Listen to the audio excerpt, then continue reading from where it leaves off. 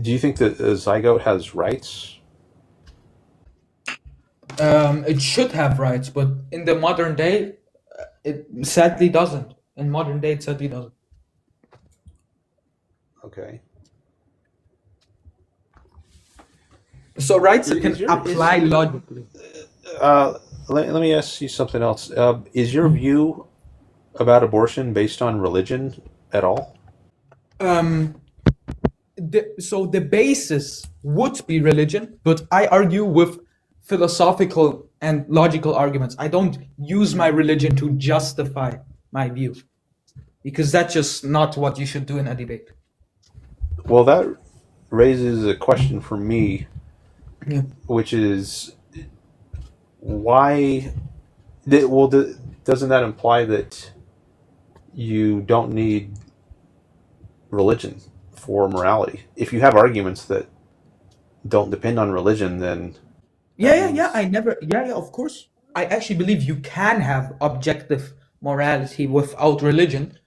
Immanuel Kant has an argument for it. You have anti-natural realism. There is multiple views. I never argue that you need to have a basis on religion to have objective morality. okay. Well, many people think you do need religion. Like some people will say, without God, anything goes. You need to have religion to have morality, and an atheist has no reason to accept morality. So, now, but you didn't say that. Yeah. That's interesting. So you don't need morality, or you don't need religion for morality, according to you. Yes. So why not just get rid of religion then? Because there is logical evidence for a God. Okay, so it has nothing to do with morality. So I can say this in a so I believe there is a God. I believe in Christianity, since there is the most. I believe Christianity has the basis, like the most proof when it comes to basis. When I say you don't need a God, you don't need to believe in God to have objective morality, I'm basing this on like philosophical arguments like Immanuel Kant. I think you're familiar with him. Um, Hmm. yeah. I don't think he had good arguments though, Hmm? and I think he was trying to bring religious ideas back into philosophy. Religion was on the defensive during the 18th century when he was writing, and he said in the preface to his work, The Critique of Pure Reason, he found it necessary to deny reason in order to make room for faith. So I think he was So friendly to religion in trying to bring it back into respectability. so you reject the PSR? Is that what you're claiming? Where did that come from? Since no, since my argument use the PSR and potency, I mean you kind of reject the PSR if you reject my argument. Okay, well that's a somewhat different issue. I'm not sure if Yeah. I'm done yet though with exploring this issue about you don't think um, religion is necessary for morality, or Yeah, it's not. you don't think God is necessary for morality. It isn't. No. That's I mean, is that consistent with your views? You said you're a Christian, Yes, I'm a Christian. and isn't it part of the Christian view that morals come from God? Like you believe in the Bible? I don't believe so. No, I actually, according to my church, I can make more research into this, but I don't think objective morality comes from God according to the Eastern Orthodox Church. What about the Ten Commandments? The Ten Commandments. Yeah. So the Ten Commandments I follow because, I mean, it has basis in philosophy. So I can make philosophical arguments for why stealing is wrong. I can make philosophical arguments for why murder is wrong. So So this basis on morality can be proven philosophically as well. You don't need a God to prove the Ten Commandments. Okay, but I think the idea of Christianity and Judaism is that you should follow God's law, I do, and yeah. and if God just you should do whatever God wants you to do. So, if God wants you to grape somebody, then you should do that, right? It's unrealistic.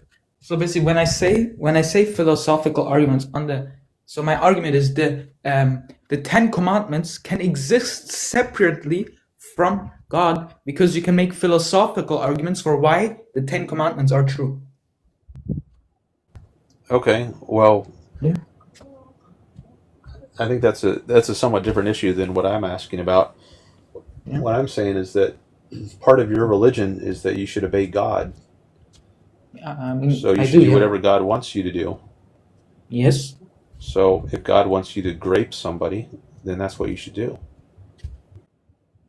I really hate answering hypotheticals, but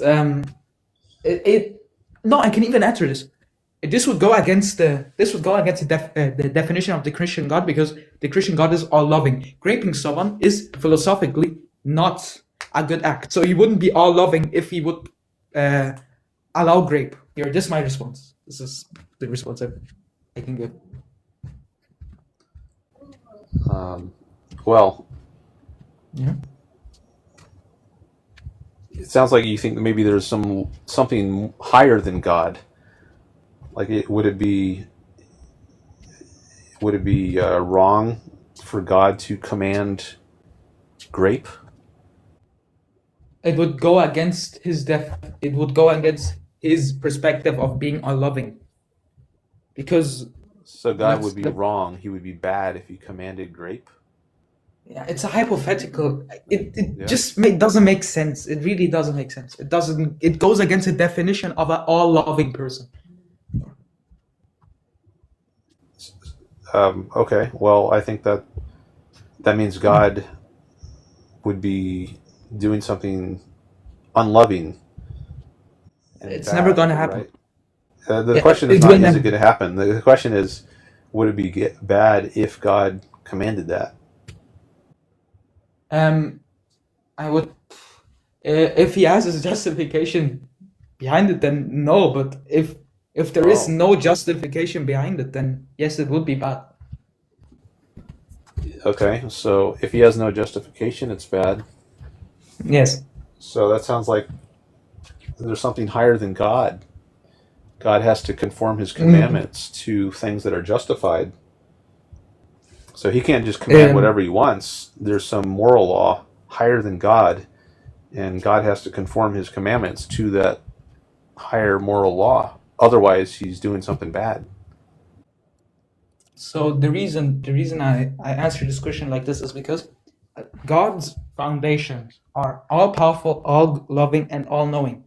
Him commanding someone to grape someone with no justification would go against the foundation of being all loving. Since he himself chooses to be all loving, it would be completely illogical for him to command anyone to grape anyone. Yeah, so there's some higher moral law than God. God doesn't determine what's good and bad. God conforms his will to some moral law which is above God. So He's not the source of good and bad. So he made that. I can basically argue this like this. So the point is, him violating being unloving would be so illogical because he chooses to be unloving. If he commands someone to grape someone, it would just go against his own will, and God doesn't go against his own will. Yeah, so there's something higher than God to which he conforms his will. No, because he chooses. He chooses himself to be unloving. Why should he violate the fact of being unloving if he chooses himself to be unloving?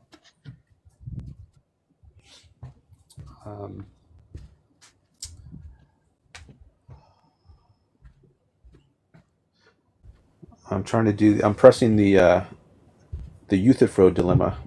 Have you ever heard of the Euthyphro dilemma? Was it the POE? Was it that? I think Was that's it something else. I don't know what the POE is. the problem of evil?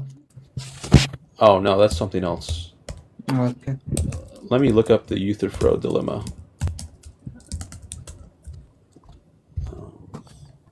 This is from Plato. His dialogue, the Euthyphro. Socrates asks Euthyphro, "Is the pious loved by the gods because it is pious? Or is it pious because it is loved by the gods?" So does God command what he commands because it's good? Or is it good because God commands it? That's the question here. This is Does God say rape is bad because it's bad, or does he command it because it's bad, or is it bad because he commands it? That's the question.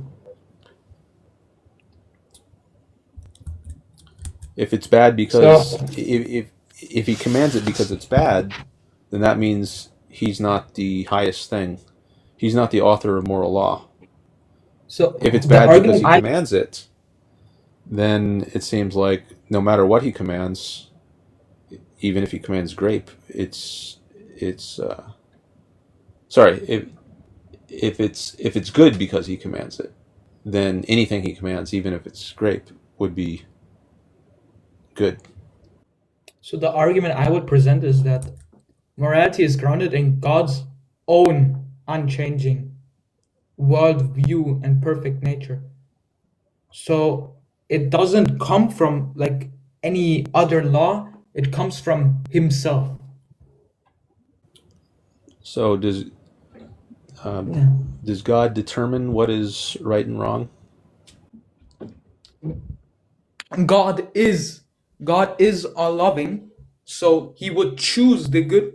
So he knows what is good and bad. He knows himself what is good and bad. He knows Does he that. determine what is good and bad? That's a different question. And this is a very good question. Let me think.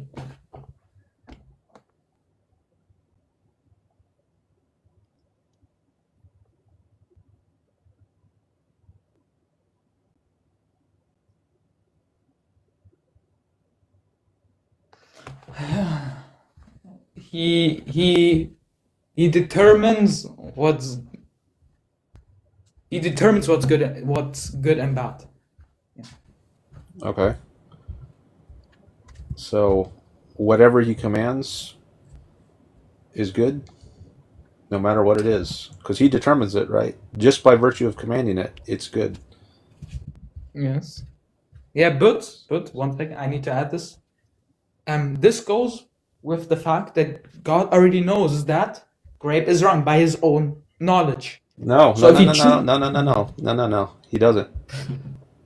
He determines it. If he decides rape is good, then it's good, because he determines it.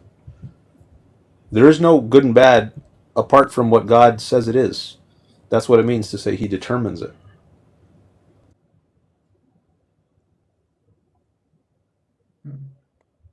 Yeah, it's a good argument. Yeah, I have to concede. Yeah, you got me on that one. You got me. All right. Well, I appreciate your honesty. I think that's good. I think honesty is good.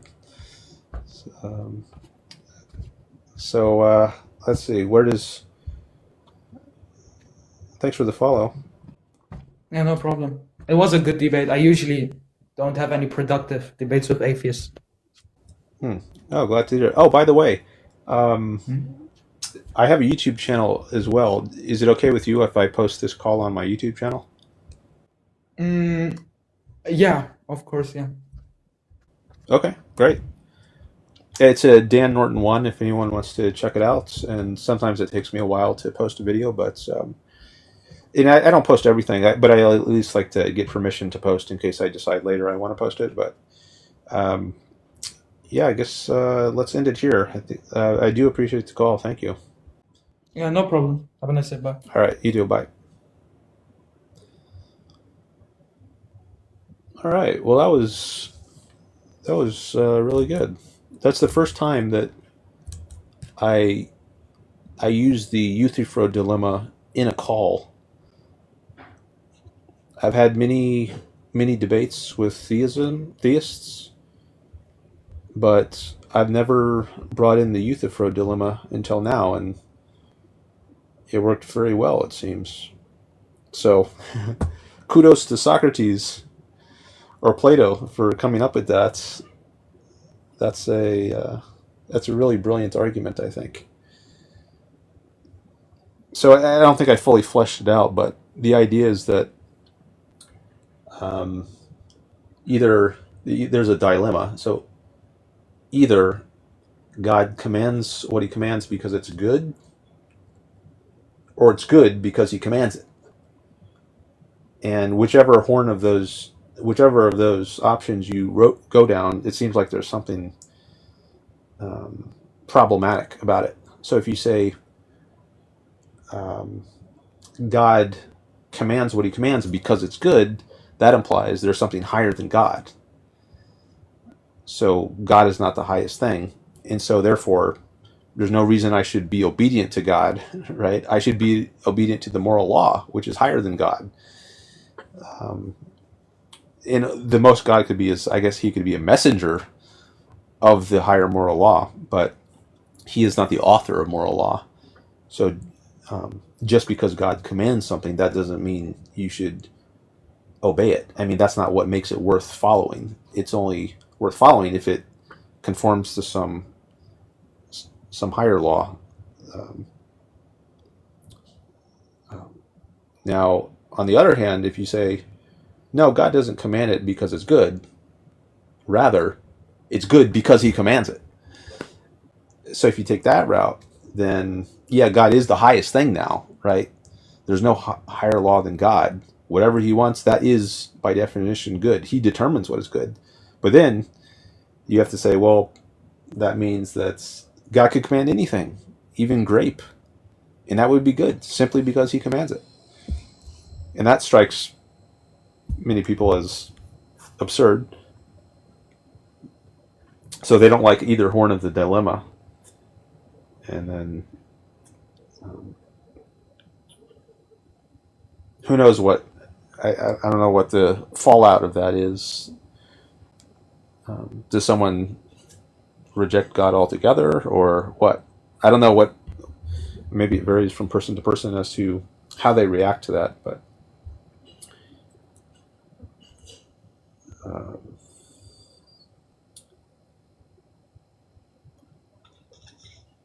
I'll leave it there for now.